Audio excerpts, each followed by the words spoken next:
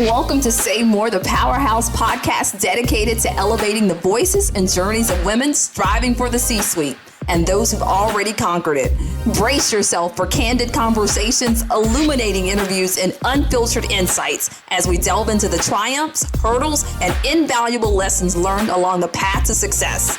Join us on this empowering journey where inspiration meets empowerment and wisdom reigns supreme. Get ready to ignite your ambition, harness your potential, and thrive alongside your sisters on Say More.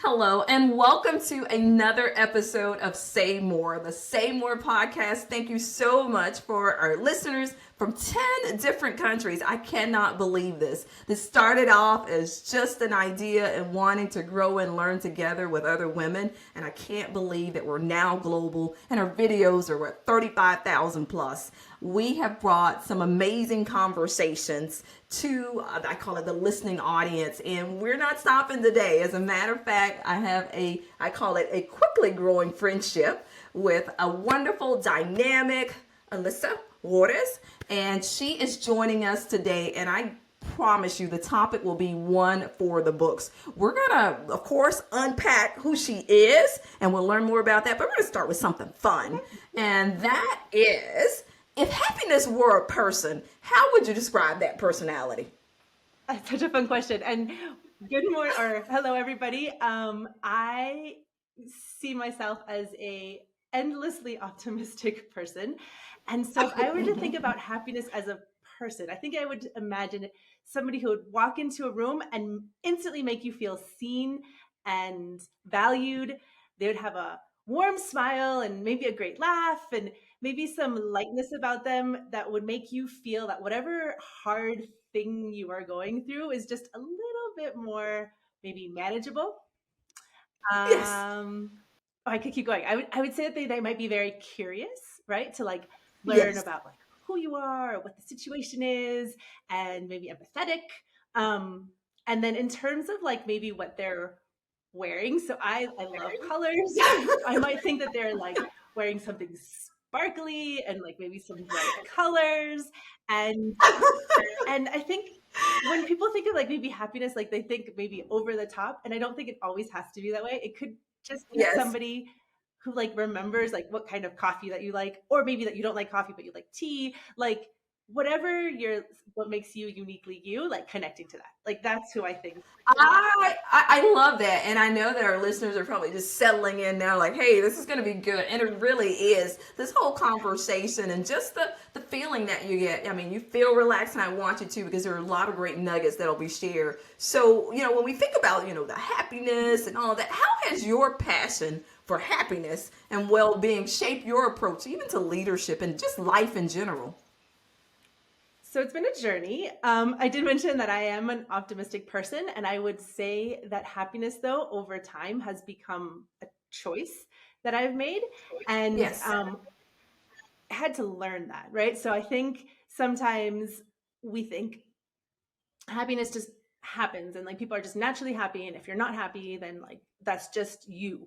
And I would challenge that. Yeah. Like I think I don't just think, I know science backs it up and shows us that we can choose happiness.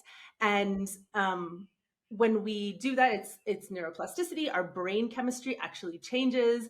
Our level of happiness rises, and our baseline of happiness rises. And so whenever we have something that's hard or difficult, like it can go down a little, but then it can come back up to a higher level. And those are choices that we make.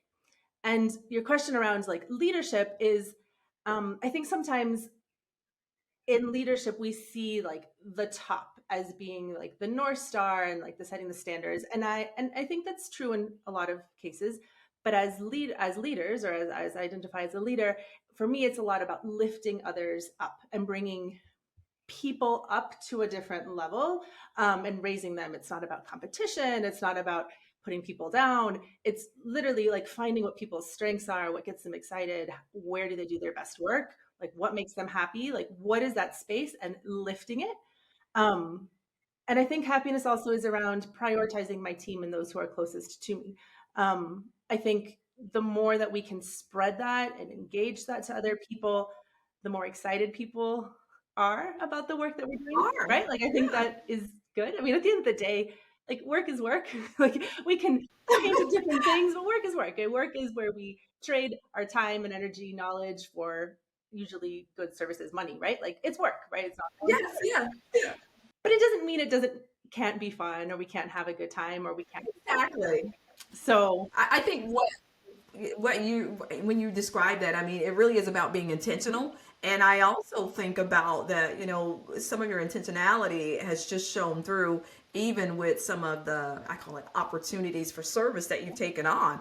For example, I'm thinking about you're the first woman Latina board chair of the Hispanic Heritage Foundation. I mean, that's monumental. What does this milestone mean to you personally, and how do you use it to inspire the next generation of Latina leaders? love it. So I am super proud of this milestone. I am Mexican American. I was raised in a bilingual, bicultural household in Miami. And my cultural heritage and identity has always been a big part of my life. And my relationship with the Hispanic Heritage Foundation began when I was in high school. So over Oh 20 years my ago, gosh. I actually applied and won a scholarship for college, which was the Hispanic Heritage Wow. Youth Awards in Science and Technology. And it was a combination of service, like recognition to service and community service, as well as the academic components. And within those two, I was a national awardee, and I was so proud. Like, I think I needed scholarships to go to college, and I applied for a lot of scholarships to go to college. Yeah. But this one was one that stood out because to me, it opened my eyes to a national platform of other Latinos who are super smart and engaged and passionate, and to me, defied the stereotypes that were maybe out in the media of what Latinos were. Yes. And being part of that network, being part of hundreds, now there's hundreds of thousands of Yeah. students in this network that is just incredible. And the foundation has been led with an incredible leader who's our CEO, our leader, and he has an incredible vision of what this foundation can continue to do and impact the lives of students across the country.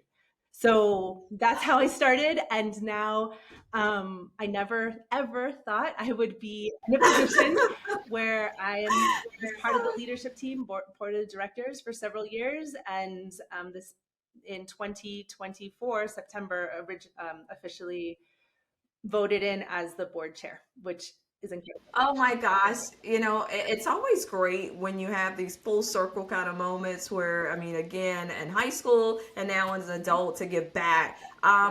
And I think the other thing that comes to mind when I'm like kind of processing that is that opening doors. 100%.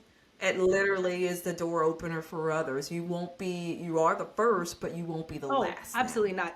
Someone gets to And see and that. what I would like to say too is for anybody who has a board or serves on a board or has been part of an organization where they did win a scholarship or volunteer, like your voice matters. And exactly what you said, like having that door opened for students who were recipients of the award to now Yes. serve on the board, have their voice represented, have a seat at the table, I think can fundamentally shift how the organization listens and puts the people who they're serving first. Um, and that is incredibly inspiring for me to continue the legacy of making sure that door is opened, that table Yes. is expanded, that more voices are Yes. represented. I think there's always opportunity for more and more and more because Oh, so I love this because again, it's not just I call it the fun within the workspace, but it's also looking outside of the workspace and ways that you can give back. And I know that one of the things that comes to mind yet again is that in your signature talk, you mentioned the balance between authenticity and ambition and how you've navigated this balance in corporate America. And what advice would you give to other Latinas serving or at least striving, I'm sorry, for success? so you said the word like assimilate, right? It's hard to assimilate, right? I think who we are authentically Yeah. will show up, right? I don't think when we say the expression like come with your whole self, I think we have to be careful, right? Like there's a space for different kinds of yourselves in different situations. But often when I do talks and or engage in workshops or like meet a new client or I'm in a new space, I inform the people that I am around who I am. So people have the context. I talk a little bit about my cultural heritage. I do mention that I'm a mom because it's a big part of who I Yeah. am. And these are realities that I have to balance outside of work, yes, but it also informs who I am in work, right? And I think that that piece, being a Latina, being a mom, is part of who is my, like, part of what is my superpower, right? Like, Yes. in corporate America, you have to navigate the balance of your values, balancing advocacy for yourself, for your work, for your team. Like that is real.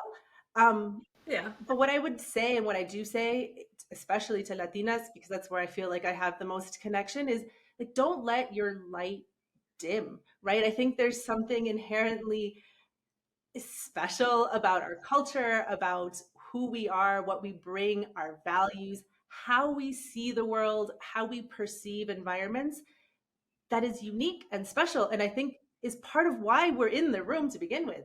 And so don't dim Yes. it. Like, don't say Let that no. light shine as bright as possible. Right, bring it up and like as appropriate, right? But like I Yeah. think that's important. That makes us who we are. Sad, like, see, I was just jumping into Spanish, right? But like those nuances, Yeah. those culturals, those struggles, those stories of resilience, those stories of overcoming adversity are part of our cultural narrative. And it makes you who you are, right? So whatever room you're in, it Yeah, needs to be brought it's up. that rich tapestry. When I think about a quilt, that yeah, Yeah. I mean, it makes it what it is. I love the history. Yeah, So I know that you have a I book. do. It's right. Yeah, your book, I Sparkle conveniently on have it Change right here. Maker. Yes, I you do. have it. So those of you that are watching it, you can see it. But those of you that are listening, so Sparkle on Changing, Yep. it introduces the Sparkle Yep. framework for equitable impact. Could you walk us through the framework and how it can, how it can work honestly within your organization? I know you did some work with the World Happiness Summit as well. Talk to us about that. So the Sparkle framework is a labor of love after years of corporate America working in corporate social responsibility and being in Uh, communities where I fundamentally believe that anyone can be a change maker, right? I believe whether you yes. volunteer at your kid's school, if you volunteer or work at your church, your local community, a pet shelter, wherever you are in your world, you're a change maker. And I often hear people say like, "Oh, I don't have the title, like I'm not the director of corporate responsibility, so therefore I cannot do XYZ or I cannot cause change." I'm like, "No, you can. You have a voice, you have a representation, Yeah. action, you can do it." And so the Sparkle framework was a way to allow any individual, like agnostic of where you are, community, corporate, church, school, wherever you are, to think through how you can show up to drive equitable social impact. And the framework is Sparkle, right? So the first one, and I think is Yes. one of the most important, is S, which is start with people. Like, who are you serving? What are their needs? Not your needs. Yeah. You're Yeah. right? Like, It's who are not you about you. serving? That's it for It's them. not about you. Yeah. It's about you. It's who you're serving, whether it's a kid's classroom, whether it's a shelter, a pet shelter, whether like whatever the thing is, like who are you serving and what do they need? Start with that. Yeah. And then K is, I'll just do like a summary, but K is keep equity at the center. Oftentimes we think that inclusion is just like a checkbox, like, yep, we do the thing. No, like you have the power to really think about what the equitable solution could be in the situation. Like, who needs those funds? Who needs those volunteer hours? Who needs your time, talent, treasure? Like, and who really needs it? And how can you drive equity through those decisions? And then my last favorite Yeah. one is E, which is empower legacy. Like, what can you do to continue that spark, to pay it forward, to engage and inspire that next generation? Like, that matters. That is important because that's our legacy, right? Empowering that legacy moving forward. I recently took my 4-year-old son to do a volunteer Yeah. effort on Thanksgiving. Does he understand the complexities of Right. food drive and what we're doing? No, not yet. Right. But I think fundamentally he took like, oh, not everybody this Thanksgiving had the same house.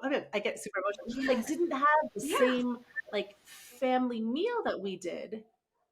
Like, why? Like, so Why? it starts planting that seed of like, what are realities in my community that I can help address? And how can I do that in whatever framework I'm in? So that's the Sparkle framework. The book is filled with stories. I interviewed over 100 change makers across the country. I predominantly focused on people of color as the change makers. So either positions of giving, so through corporations, nonprofits, Yes. um, because I because the statistics are not in the favor of people of color in Right. this position, Right. and that does not mean we can't change that. So Exactly. most of the stories I love how you describe that, and I love sparkles. It absolutely, listeners, it makes you want to go out and grab it, and I know that you can. So again, that Sparkle on Yep. Changemaker is available, and you will hear not only, I mean, you're hearing the positivity right now, but the stories that'll go along with it. And remember, there's 100 interviews in there as well. So when I think about, companies and, employee resource groups, Oh, I mean, they're pivotal in, driving inclusive initiatives. yep. What are some culturally relevant strategies you found most effective for creating impact within diverse communities? Love it. So employee resource groups, you see them in different names, right? Some people have business resource groups, employee resource groups. For me, is to fundamentally understand why they exist, right? So what is the purpose of the group that is put together? Is it to inform the business? Is it or business decisions, which I believe fundamentally they all do, but making Yeah. sure that's clear. Is it more of a social group? So like a place where we can get together and like honor a heritage moment or cultural moment. I think having that clear first. And then what I have noticed in my experience of either starting them and working with different resource groups, again, start with people. Like, why does this group exist? Don't create resource groups just for the sake of resource groups, because it Yeah. falls flat. Like, Purpose. what's the point? Yeah. And then once you have them, like actually leverage them. I'll give you a good story. So we had at a previous company started a group called Aware, which was brought out of it was in 2020. So after George Floyd and a lot of the movement around racial and social Uh-huh. justice. And this group started more as like needing a safe space to have conversations.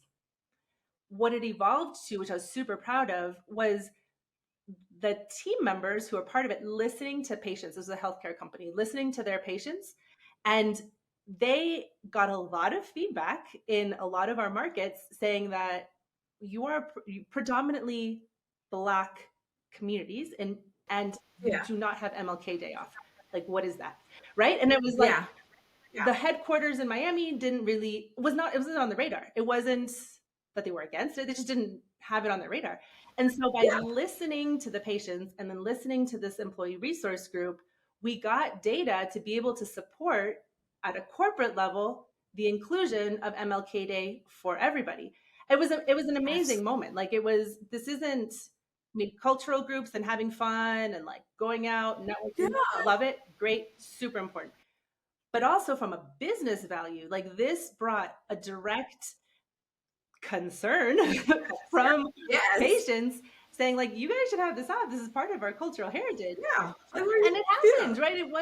It was just a building of awareness, right? It was building awareness, making the case, and it happened. And now it exists. Now MLK Day, or the medical centers, I'm no longer there, but the medical centers are closed. Team members have it off. Like, and we encourage service. Like, That's it was amazing. critical. Amazing. Yeah, that's critical that once you have that awareness, and I Do think, something. again, what you point out is just the whole intentional and purpose behind having the group, not just having it as a check mark, but Yeah. really using it as a vehicle. And in this case, it responded to 100%. that. So you've worked for a lot of Mhm. big, I call it brands, if you will, Yeah. names. You've managed Yeah. significant social impact Yeah. portfolios. What lessons have you learned about creating sustainable, meaningful change in underserved communities?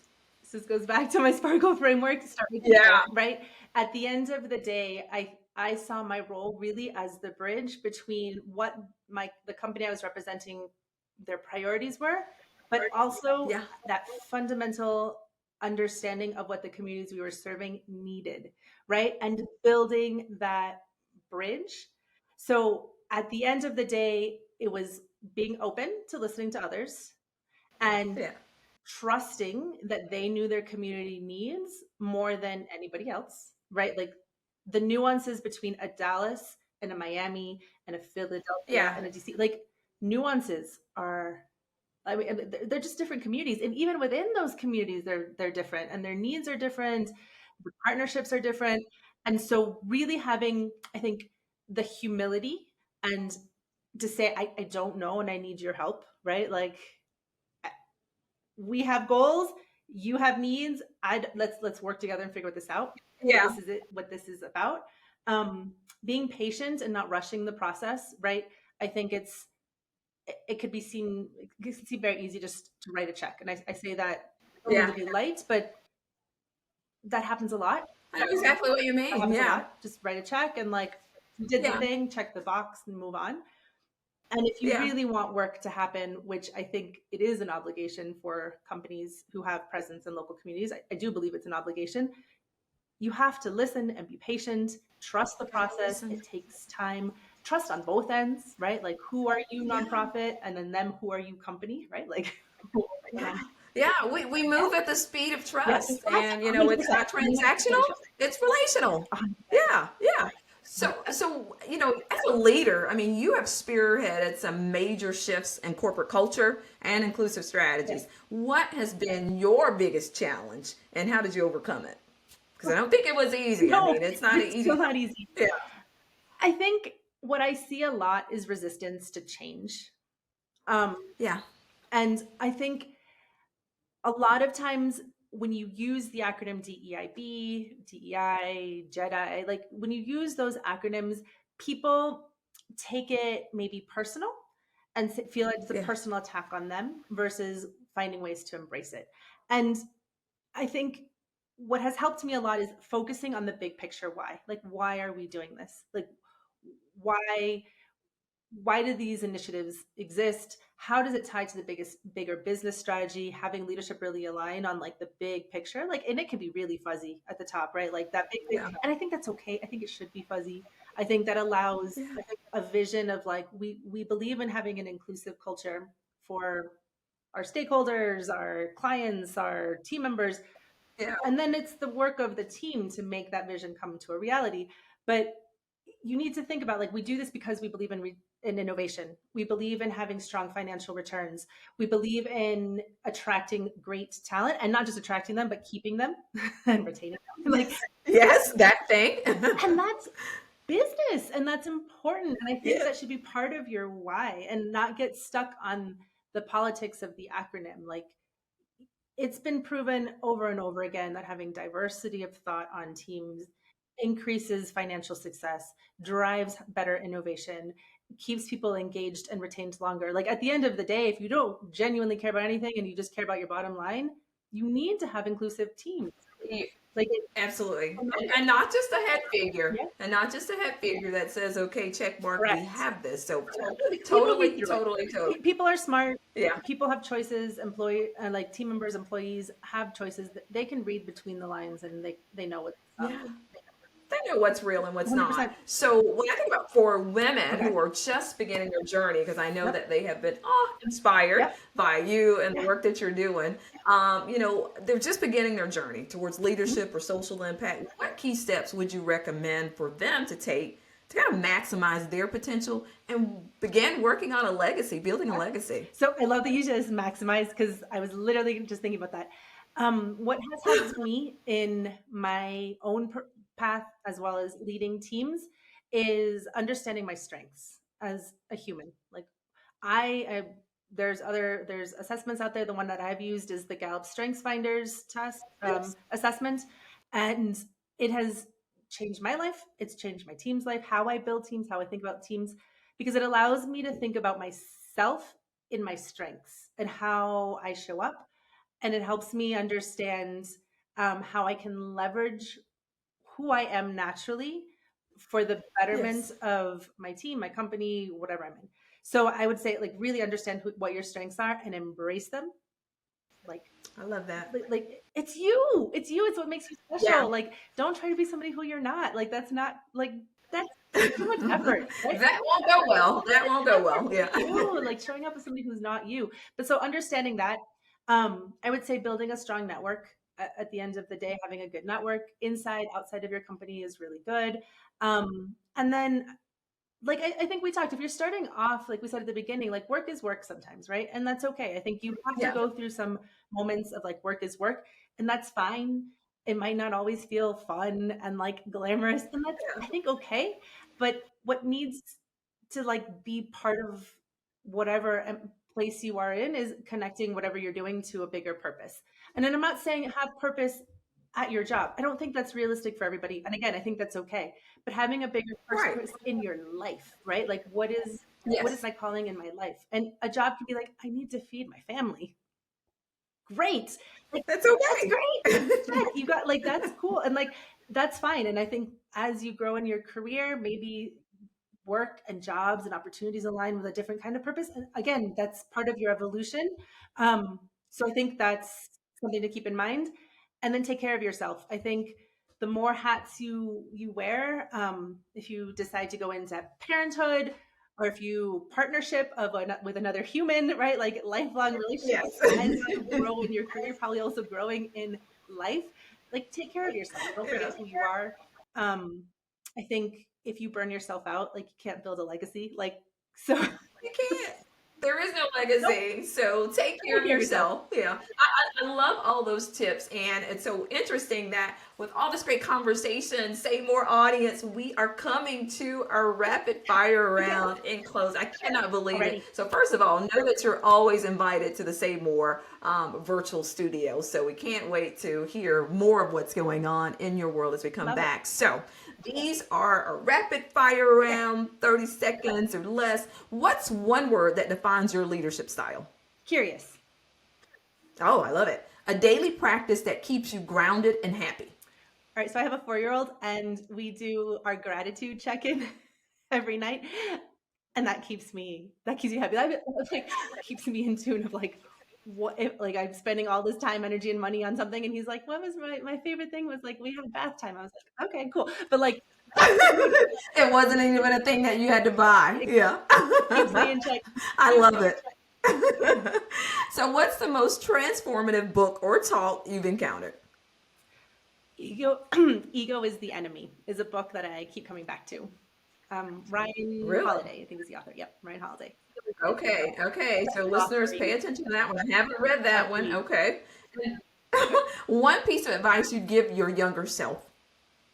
Ooh, trust the timing of your journey. That's hard. It's a hard Oh, reminder then, but oh, looking back, I'm like, yeah. oh, like everything happens when it was supposed to. So Yeah, yeah, I love that, and that's gonna. I mean, it's like a drop the mic moment for a lot of people, and yeah, and especially for those that are getting into their journeys now. Hearing that, this will all make yeah, sense. And your personal mantra for sparking change and staying inspired. What do you do to keep that magic going? start with people, keep equity at the center, empower Yes. legacy. I love it. I love it. I love it. Thank you for being an amazing guest today.